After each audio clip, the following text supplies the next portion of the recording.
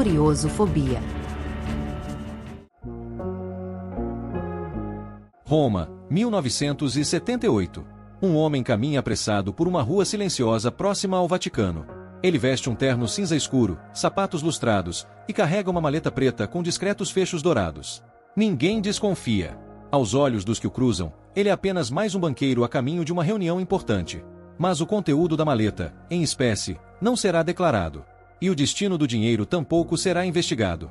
O homem atravessa os portões da cidade do Vaticano, onde o mundo secular não tem jurisdição. Lá dentro, ele é intocável. O nome dele é Michele Sindona, e ele não está sozinho. A história começa antes, com uma reunião em Palermo, na Sicília, em um restaurante cujo nome nunca foi revelado. Lá, chefes da Cosa Nostra discutem algo que vai mudar a forma como o dinheiro sujo circula pelo planeta. A proposta é ousada: transformar o Vaticano, o estado mais pequeno e sagrado do mundo, na maior lavanderia financeira da máfia italiana. Porque o segredo para lavar dinheiro não é esconder o rastro, é fazê-lo parecer divino.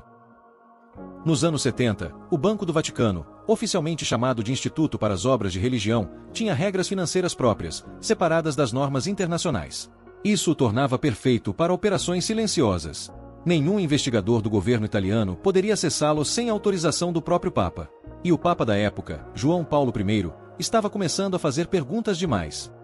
Se você gosta desse tipo de história, baseada em fatos reais, não esqueça de se inscrever em nosso canal. Obrigado!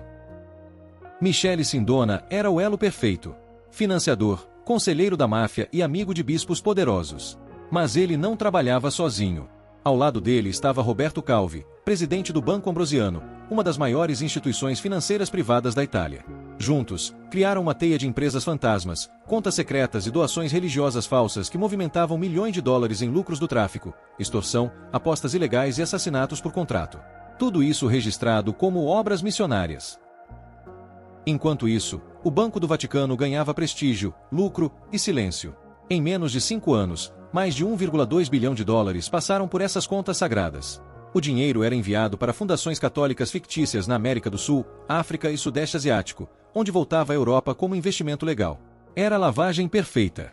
Mas quanto mais dinheiro entrava, mais olhos se voltavam para o topo.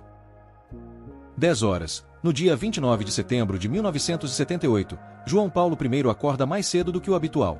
Ele está inquieto. Há semanas tem lido relatórios secretos sobre o envolvimento de membros da igreja com o crime organizado. E o que ele encontra é estarrecedor. Contas com milhões em nome de cardeais, transferências inexplicáveis para o Panamá, e um nome que surge com frequência assustadora: Calvi. Naquela mesma noite, o Papa convoca uma reunião com seus assessores mais próximos. Segundo documentos depois revelados, ele planejava fazer uma limpeza interna e fechar as portas do Banco do Vaticano para as operações externas. Mas ele nunca teve tempo.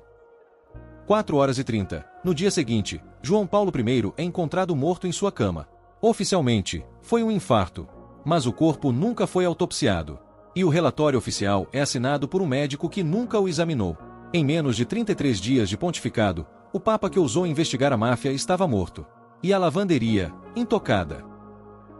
A notícia da morte se espalha pelo mundo, mas ninguém, além dos que estavam dentro, entende o que realmente está em jogo. Sindona continua operando como se nada tivesse acontecido. Calvi também. Mas há algo fora do controle. Um funcionário do Banco Ambrosiano começa a falar. Um contador de nível médio, que vê movimentações que não batem. Ele entrega documentos ao governo italiano. A teia começa a se romper. Sindona foge para os Estados Unidos, onde é preso pelo FBI. Mas mesmo de trás das grades, ele ameaça revelar nomes de cardeais, arcebispos e mafiosos de alto escalão. Ele pede proteção. Ninguém ouve. Em 1986, Sindona toma um café na prisão. Em menos de 1 hora, começa a se contorcer. Está envenenado. Cianeto puro. Seu corpo foi encontrado com a xícara ainda em cima da mesa. Calvi tenta resistir. Após o escândalo público do Banco Ambrosiano, ele foge para Londres. A polícia o encontra dias depois, pendurado sob a ponte Blackfriars, com os bolsos cheios de tijolos e cerca de 15 mil dólares em notas. A cena parece um suicídio, mas a investigação revela sinais de luta, hematomas e um detalhe macabro. A ponte era conhecida por ser um ponto simbólico da P2, uma loja maçônica secreta que ligava o Vaticano, a máfia e políticos italianos. A lista de mortes misteriosas segue crescendo. Investigadores, jornalistas e ex-funcionários que tentaram expor o esquema foram silenciados. Alguns desapareceram. Outros tiveram acidentes estranhos. E aqueles que sobreviveram, simplesmente se calaram. Como se falassem a verdade apenas uma vez e depois voltassem para a sombra. Hoje, poucas provas restam. O Vaticano jamais admitiu envolvimento. O banco foi reformulado, fechado para o público, e o nome de Sindona foi apagado de todos os registros oficiais da igreja. Mas quem cavar fundo demais ainda encontrará rastros, empresas offshore abertas em nome de fundações católicas em Liechtenstein, dinheiro circulando por Hong Kong em nome de ordens religiosas que nunca existiram, e contas ainda ativas, com milhões de dólares, que ninguém ousa reclamar. E, no fim, a pergunta permanece: quando um império espiritual se torna uma instituição financeira, onde termina a fé e começa o crime?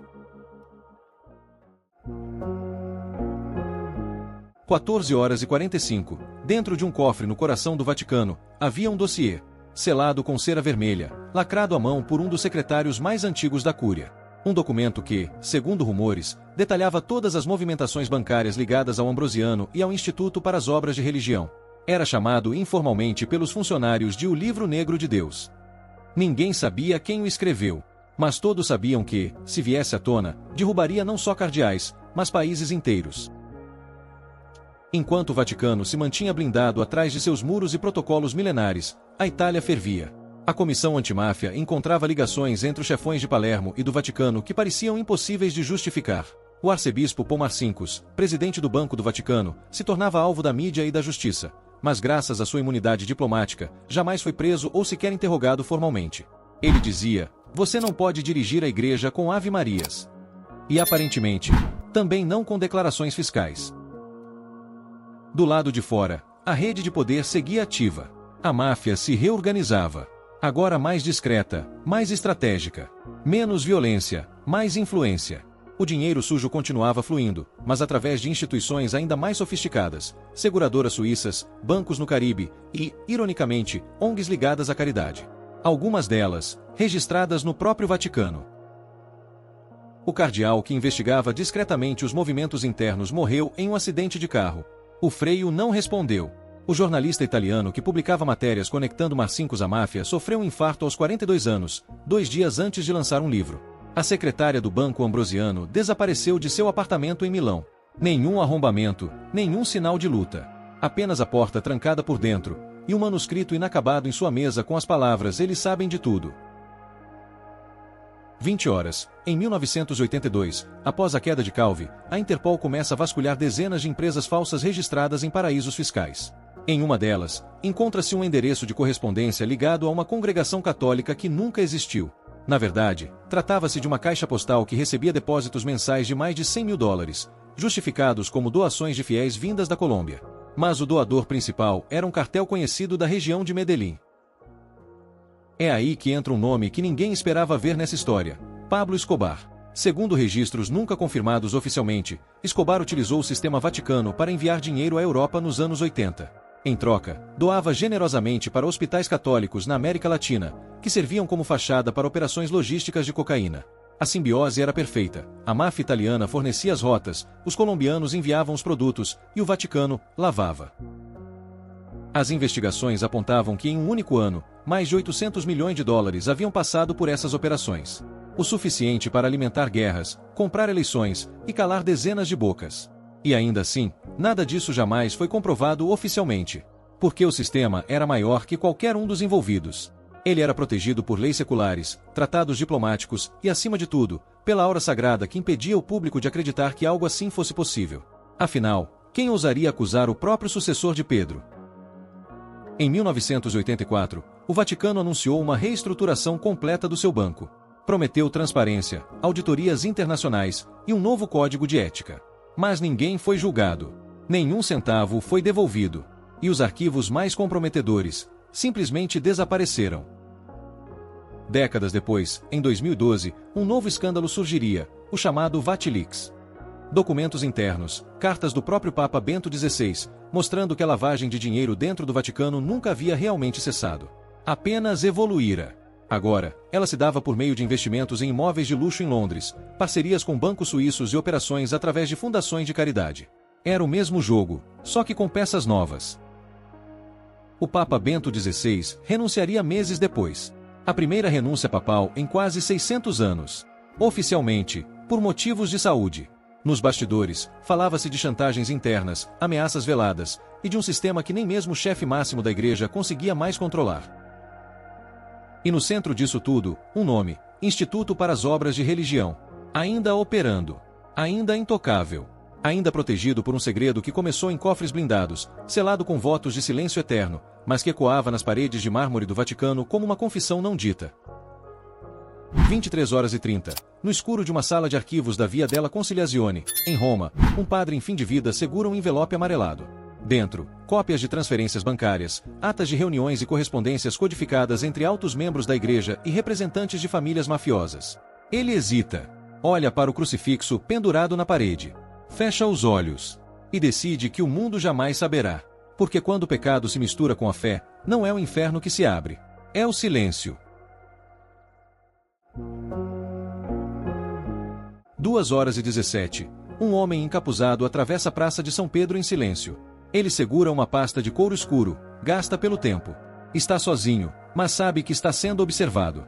A cada passo, sente o peso de uma decisão que pode mudar tudo, ou sepultar a verdade para sempre. Ele chega até um confessionário vazio, entra, e deixa a pasta sob o assento. Na manhã seguinte, ela não estará mais lá. O conteúdo: cópias de arquivos secretos envolvendo transações entre o Vaticano e empresas de fachada controladas por membros da 'Ndrangheta, a máfia calabresa. Algumas delas ainda estão ativas, operando discretamente em nome de fundações religiosas. Essa pasta era parte de uma coleção maior. Um arquivo fantasma montado por um funcionário do setor de finanças do Vaticano que, nos anos 2000, começou a conectar pontos entre o passado e o presente. Ele percebeu que os nomes mudavam, os métodos se sofisticavam, mas a lógica era a mesma: esconder o sujo sob o sagrado. Esse homem, conhecido apenas por seu codinome, Giovanni, desapareceu em 2008, meses antes de entregar as cópias para a imprensa. Nenhuma investigação oficial foi feita. O motivo? Ele era apenas um colaborador temporário. Um número descartável no meio de uma engrenagem que se autorregenera. Enquanto as conspirações pareciam matéria de ficção, algumas figuras públicas passaram a dar sinais indiretos. O Papa Francisco, por exemplo, assumiu o trono em 2013 com um discurso duro contra a corrupção interna. A Cúria é como uma lepra espiritual, declarou certa vez. Nos bastidores, iniciou uma reforma silenciosa no Banco Vaticano, contratando auditores externos e demitindo executivos envolvidos em operações suspeitas. Mas mesmo ele, o pontífice mais popular dos últimos tempos, encontrou resistência ferrenha. Uma investigação interna feita em 2019 descobriu que 200 milhões de euros haviam sido usados para comprar imóveis de luxo em Londres com dinheiro destinado a obras de caridade. O escândalo foi abafado, mas desencadeou uma onda de demissões e ameaças. Um cardeal, Angelo Becciu, foi forçado a renunciar, mas nenhuma prisão foi feita. E a maior parte dos documentos permanece sob sigilo absoluto. O argumento: segurança do Estado Papal. É nesse momento que a história ganha contornos ainda mais perturbadores. Investigações independentes feitas por jornalistas revelam que parte do dinheiro lavado através do Vaticano está ligado a redes de tráfico humano, exploração de migrantes e compra de armas em zonas de guerra. As mesmas rotas usadas pela máfia nos anos 70, agora servem a causas ainda mais obscuras e globais. As ligações com a máfia não são mais apenas italianas. Grupos criminosos da Rússia, dos Balcãs, da África Ocidental e da Ásia também se beneficiam da invisibilidade bancária oferecida pelo microestado Vaticano. A chave continua sendo a imunidade. O Vaticano não é signatário de muitas das leis internacionais de transparência financeira. E mesmo após pressão do GAFI, o órgão mundial contra a lavagem de dinheiro, pouco mudou de fato. 5h05. Em uma pequena cidade ao sul da Itália, um juiz investigativo recebe uma carta anônima. Dentro dela, extratos bancários, registros de transferências e uma lista de nomes. Nomes de religiosos, empresários e um diplomata do Vaticano. Todos ligados a uma operação que movimentou 2,4 bilhões de euros em uma década. O juiz abre uma investigação sigilosa. 2 meses depois, sofre um acidente de carro em uma estrada deserta. Não houve testemunhas. E mais uma vez, a verdade desaparece na névoa. Os arquivos que restam são fragmentados. Pedaços de uma máquina invisível construída ao longo de 70 anos, em que fé, poder e crime caminham lado a lado. Uma máquina que operava com a frieza de um banco suíço, mas com a autoridade moral da Igreja Católica. E é essa mistura que tornava tudo ainda mais perigoso. Enquanto as denúncias se acumulam, uma nova frente surge: hackers. Grupos ativistas digitais começam a mirar os servidores do Vaticano. Em 2022, um deles, identificado apenas como o Tuesday, consegue invadir uma rede de e-mails internos. E o que encontra é mais simbólico do que qualquer escândalo: arquivos apagados, instruções de destruição de provas e relatórios de gestão de crise onde jornalistas e clérigos são tratados como ameaças a serem neutralizadas. Esses documentos nunca foram publicados. Segundo relatos, o hacker desapareceu. Seu último post dizia: "O sagrado também sangra." 7h35. Hoje, os corredores do Vaticano estão mais silenciosos. As luzes de algumas salas administrativas se apagam mais cedo. Alguns dizem que é austeridade. Outros, que é medo. O medo de que uma nova geração, conectada, cética e obstinada, escave fundo demais. Porque por trás dos vitrais coloridos, das túnicas e dos hinos em latim, existe uma história que poucos ousam contar. A história de como a máfia italiana encontrou em Roma não um inimigo, mas um aliado sutil. E de como, por décadas, Deus e o diabo negociaram, sentados à mesma mesa. No fim das contas, o crime perfeito não é aquele que não deixa rastros. É aquele que, mesmo quando descoberto, ninguém ousa acreditar. Porque quando o pecado se disfarça de salvação, não é a verdade que liberta, é o silêncio que condena. Se essa história te fez enxergar o mundo com outros olhos, imagine o que ainda está por trás das cortinas da história oficial. Aqui no canal Curiosofobia, a gente não conta o que todo mundo já sabe, a gente revela o que quase ninguém ousa investigar. Então, se você quer continuar descobrindo os bastidores mais sombrios e inacreditáveis do poder, da fé, da guerra e do crime, se inscreva agora, ative as notificações e prepare-se para mergulhar em verdades que, muitas vezes, são mais assustadoras que qualquer ficção. Porque aqui, a realidade é o verdadeiro terror.